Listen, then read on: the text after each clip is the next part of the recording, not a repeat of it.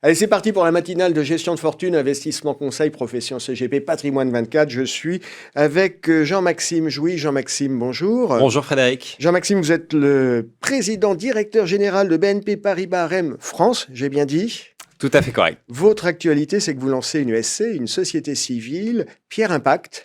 Pierre Impact, ça sent l'impact, ça sent l'engagement, c'est ça? Ça sent l'impact social sur le thème du résidentiel. Ouais. Donc concrètement, ce qu'on fait, c'est allouer une partie de notre capital à 10% sur une foncière solidaire, qui est la fondation de l'abbé Pierre. Ça veut dire qu'il n'y aura pas de rendement sur ça? Ça veut dire que sur cette partie, il n'y a pas de rendement, même si au global, sur ce produit, on cherche une performance financière de 4% annualisée sur un horizon de 10 ans. Ça veut dire que sur les 90 autres pourcents, il faut être efficace. Sur les 90 autres pourcents, il faut être efficace et on sera efficace sur le thème du résidentiel. On veut construire une histoire cohérente.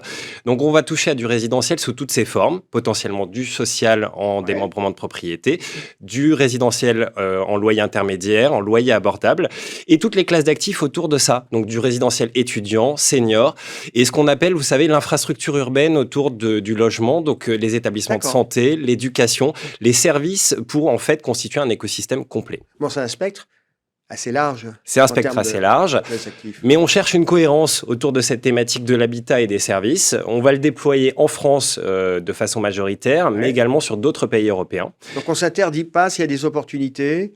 Exactement. D'aller à l'extérieur. On a même déjà commencé. La première acquisition directe du fonds, c'est un EHPAD dans la région de Milan, qui est un EHPAD qui a une dimension sociale également, puisque 25% des patients qui seront accueillis sont des patients à revenus modestes et donc à des tarifs préférentiels.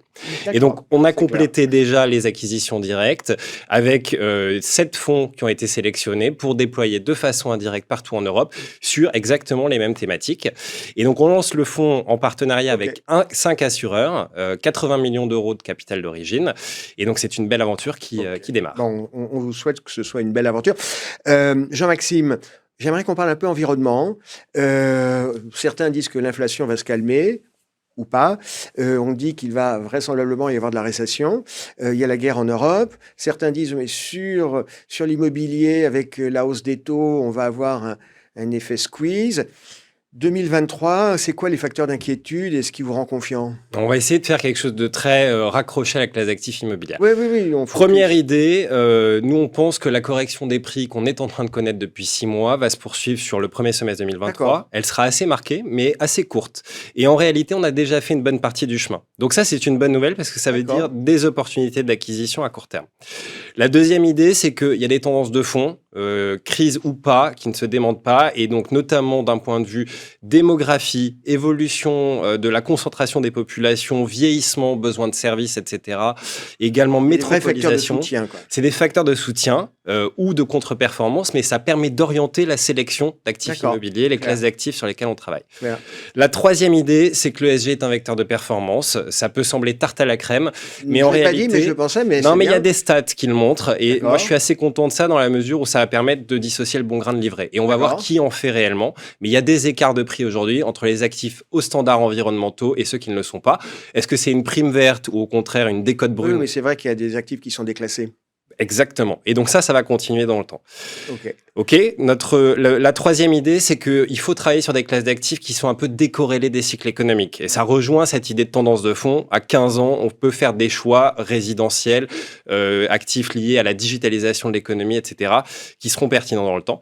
Et dernière idée, c'est qu'à court terme, il y a une grosse polarisation des marchés qui est en train de s'opérer. On retrouve une hiérarchie des valeurs entre les bons actifs et ceux qui sont dans des zones secondaires. Et donc, il y a une prime à la centralité et à l'expérience utilisateur. C'est clair. Donc effectivement, c'est toujours le cas, une prime à la qualité. C'est clair. Elle est d'autant plus visible quand l'environnement devient compliqué. Tout à fait. C'est clair. Jean-Maxime, un dernier point. Une autre actualité chez vous, c'est que vous réouvrez une SCPI, Accès Valeurs Pierre. Oui, Accès Valeurs Pierre. Vous avez suspendu les souscriptions ou quoi? Alors, c'était une SCPI à capital fermé, d'assez grande taille, 1,9 milliard. On la réouvre, et justement en cohérence avec le dernier point qu'on évoquait. La centralité, l'immobilier de qualité, centralité parisienne en l'occurrence. Donc, c'est une SCPI qui existe depuis des dizaines d'années, résultat de fusions multiples. Et on travaille à la rendre, en fait, j'allais dire, le fonds le plus pertinent en matière de modernisation du patrimoine sur cette thématique d'immobilier de bureau à Paris. Ça se fait depuis quelques années avec des rénovations significatives d'actifs en portefeuille. Par exemple, avenue Charles de Gaulle à Neuilly, une grosse livraison de l'année dernière. Et on poursuit le développement, du coup, en faisant rentrer du nouveau capital pour réaliser de nouvelles acquisitions et financer les autres restructurations. Donc, ça a été 10% de performance sur l'année 2021. Il est un peu tôt pour vous annoncer la performance 2022. Mais voilà le thème. Vous disiez, en cours 1,9 milliard.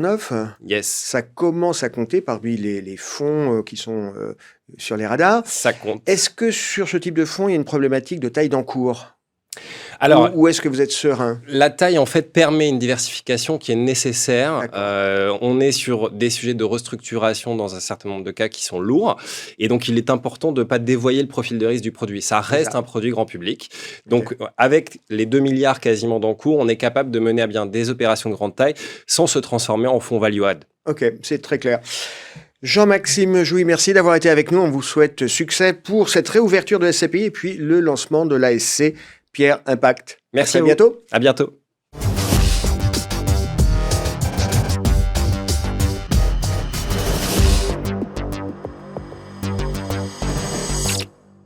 Alors, on continue la matinale. Je suis maintenant avec Frédéric Rollin. Frédéric, bonjour. Bonjour. Frédéric, vous êtes le stratégiste de marché de Pictet. On va parler marché, on va parler environnement. On est en début d'exercice, en début d'année.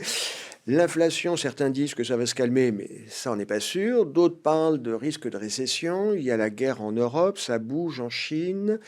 Il y a plein de facteurs d'inquiétude. Vous êtes comment ? Vous voyez quoi ? Vous êtes inquiet ? Alors nous, ce qu'on pense, c'est que l'année 2023 va être complètement différente de l'année 2022. D'accord. L'année 2022, c'est l'année de la hausse de l'inflation. L'année 2023 sera l'année pour nous, et on est assez convaincus de la normalisation, de la baisse de l'inflation. Alors pourquoi ? Eh bien parce que les raisons de l'inflation ont disparu. C'était des politiques monétaires et budgétaires extraordinaires.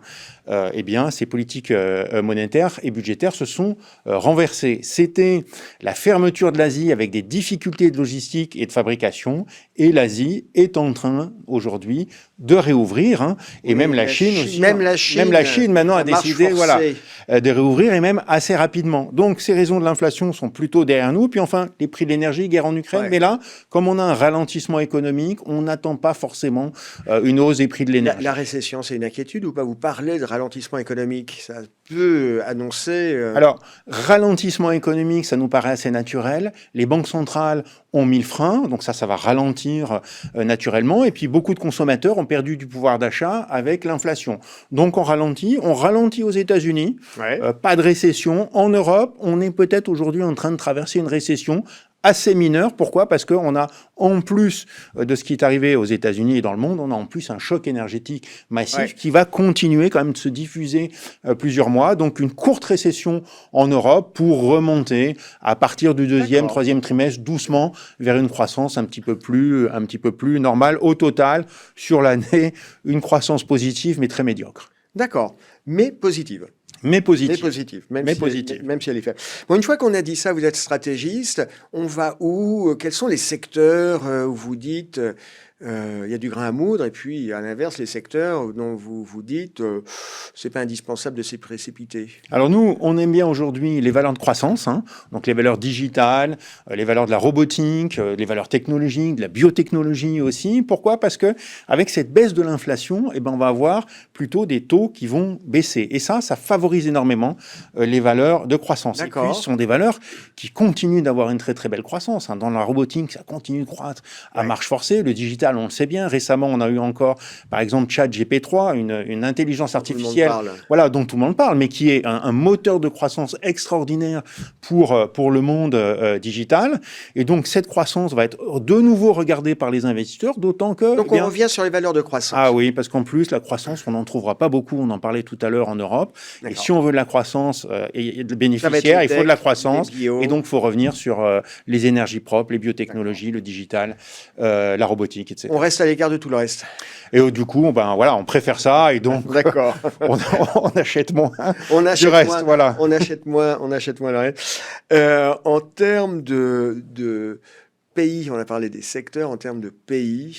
Alors, on se rend compte que l'Europe, bon, voilà, ça va être un peu mou, donc peut-être pas, voilà, se focaliser trop sur les actions européennes. Il y a un pays qui a vécu l'enfer l'année 2022, c'est la Chine, avec une réglementation extrêmement stricte dans beaucoup de secteurs. Voilà. Et puis voilà, des confinements qui font qu'on a une croissance économique de 3%. Alors en Europe, on en rêverait des 3%, mais en Chine, c'est une récession massive, c'est majeur. On n'a jamais vu ça depuis une génération. Donc voilà, ça c'était les confinements. La Chine est en train de réouvrir, on le voit, voilà, les gens sortent, les gens travaillent. Donc on a une épidémie qui aura un coût humain certain, mais au point de vue économique, ça va repartir fort. Là encore, une forme de normalisation. Voilà, une normalisation et peut-être même une assez forte accélération, parce qu'à un moment donné, voilà, la population chinoise est restée confinée longtemps, a beaucoup épargné.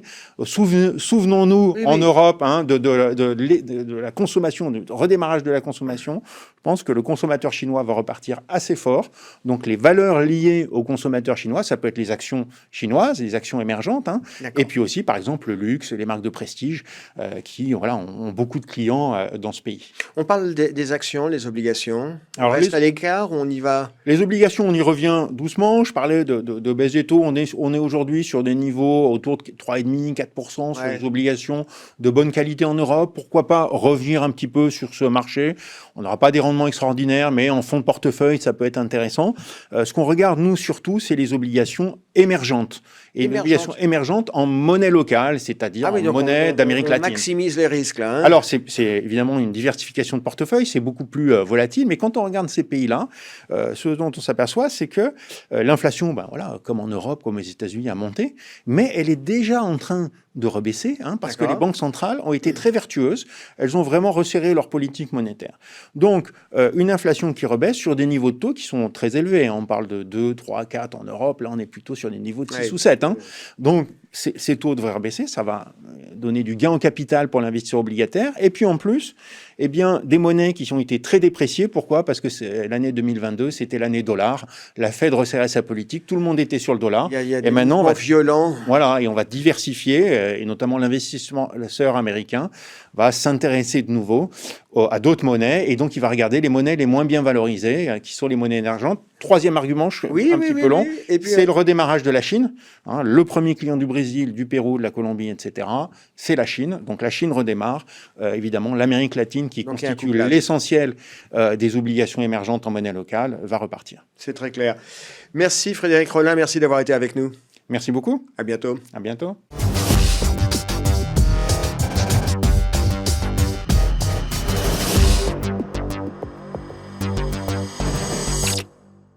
Allez, on continue la matinale. On va parler du prix de l'initiative 2022. Le thème cette année, c'était la sécurisation de l'activité du CGP, et le lauréat cette année, bien, c'est tout simplement Alexis Teillant. Alexis, bonjour. Bonjour. Alexis, vous êtes co-gérant et associé du cabinet Axe Conseil Patrimoine. Vous êtes CGP, et puis à vos côtés, il y a Vincent Tollens. Vincent, bonjour. Bonjour, Frédéric. Vous êtes directeur du marché CGP chez MetLife. Absolument. On va démarrer avec vous, Alexis. Vous avez reçu ce prix.